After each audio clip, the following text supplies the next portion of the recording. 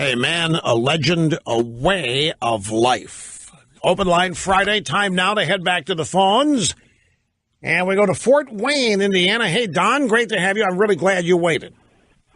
Thank you. Hey, long-time listener, first-time caller. Thanks for taking my call. Yes, sir.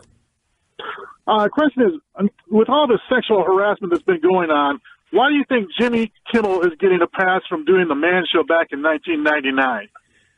Well, because that was like 18 years ago, and it was an entirely back then, these comedians were funny. And back then, there wasn't this heightened political pressure. But back then, the left hadn't gotten hold of the issue and politicized it. Back then, the sexes could laugh at one another. Well, it did have some relationship to Clinton Lewinsky. The Man Show did have some relatability to that, which is one of the things that made it endearing. But that's a long time ago. Are you expecting that somebody go back in time and try to hold Jimmy Kimmel accountable for some of the things he said and did on that show? Well, yeah, you think it would be, and the key word would be fair. But, yeah, that wouldn't be a bad idea. Well, I get you thinking. If we're going to go back and rehammer Slick Willie over Lewinsky, which is 1997, how come the guys on the Man Show are getting a pass? And it was a TV show. But speaking of which, everything today is reminding me of something. There's a story this week in Variety. Thank you for the call out there, Don. I appreciate it. There's a story in Variety about a former production assistant at the Today Show. And her name... another one of these things where I thought I had it right in front of me and I don't. Maybe. Yeah. No, that's ESPN. More sexual harassment, ESPN. John Bucci-Gross. Can you believe that? Do you know who this guy is? Some of these guys, I better not say anything else. Yeah, but two more guys at ESPN now have been charged. But this story is Addie Collins is her name. And she told her story to Variety. And the headline, Inside Matt Lauer's Secret Relationship with a Today Production Assistant. And it begins in 1999. Speaking of which, the Man Show was big on Comedy Central, wherever it was. Quick, who was Kimmel's co-host on the Man Show? Way to go. The broadcast engineer gets it right. Adam Carolla was that show had its moments, I have to admit. In 1999, Addie Collins arrived at NBC's Today Show as a young intern with big aspirations. A few months later, she landed her dream job as a production assistant, forming close bonds with Katie Couric, Ann Curry, and Al Joker. But Matt Lauer kept more of a professional distance until Addie Collins was ready to leave the show. She's now married, and her last name is Zinone, or Zinone, it's Zinone. One day in July 2000, Matt Lauer invited her to lunch, which she thought was going to be a chance to get career advice, but it wasn't. He just wanted to hit on her. Now, she makes the point that this was a completely consensual relationship. They met in his office where he locked the door with the button under the desk, and they met in restrooms at restaurants, and they had their little fling. But that's the point is that she thought she was the only one until all of this surfaced about Matt Lauer, and now she realizes she wasn't by any means the only one.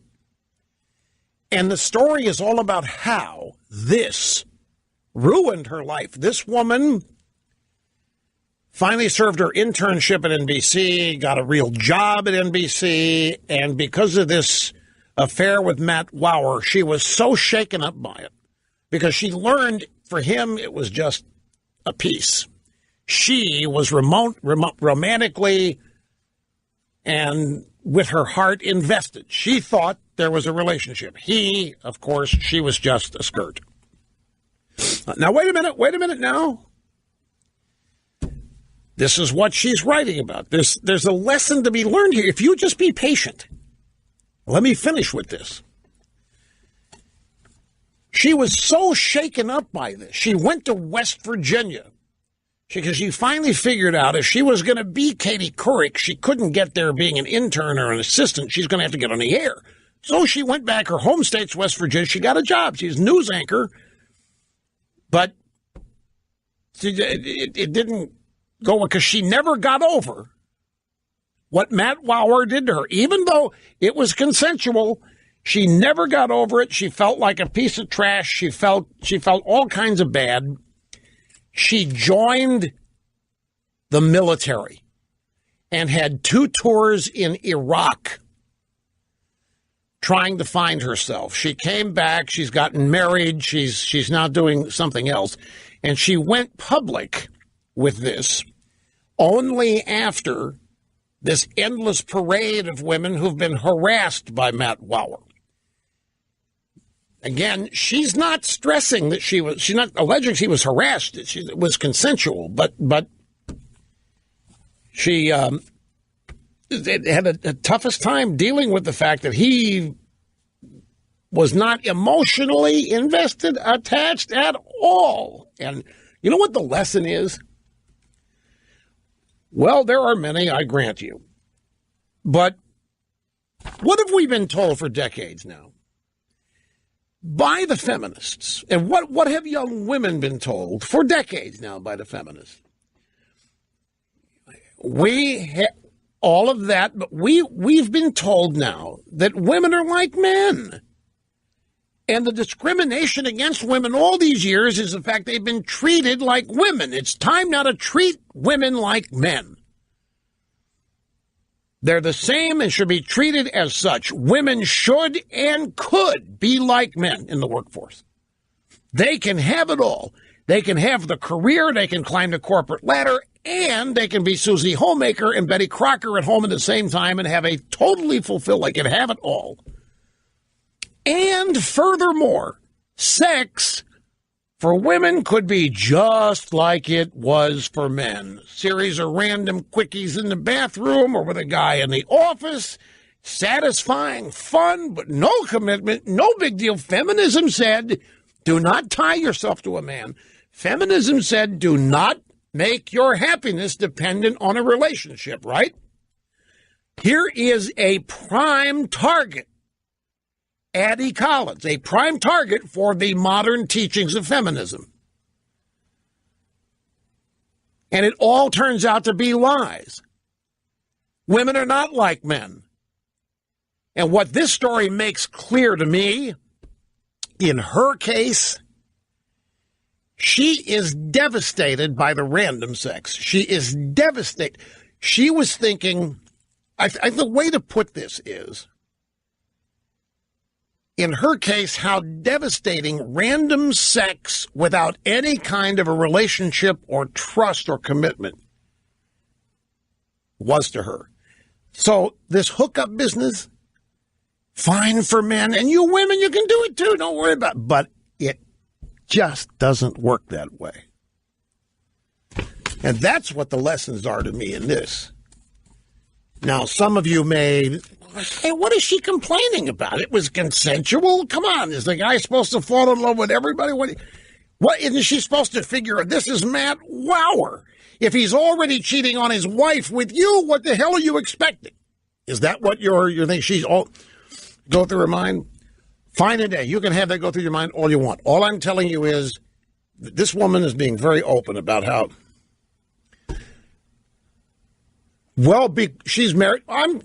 There's a picture of her husband in not in this story, but if you Google searches, she's married to a former football player from West Virginia, tight end, by the way.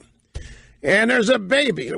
Because she feels like she needed to come forward and validate the stories being told by the other women about Matt Lauer, is what she says.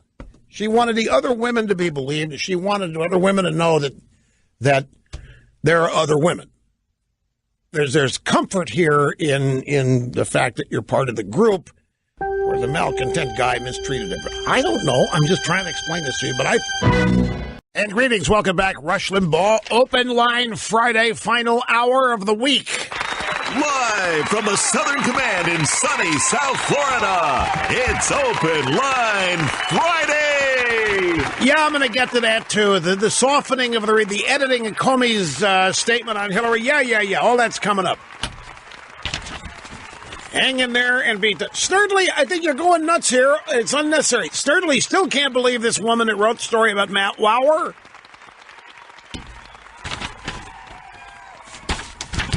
I'm telling you, if you're looking to the answer for this,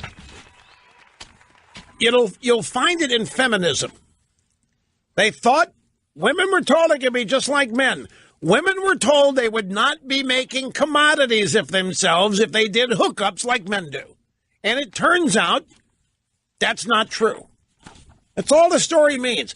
All the story means, Sturdley, when you get right down to it, is that feminism's been a pack of lies.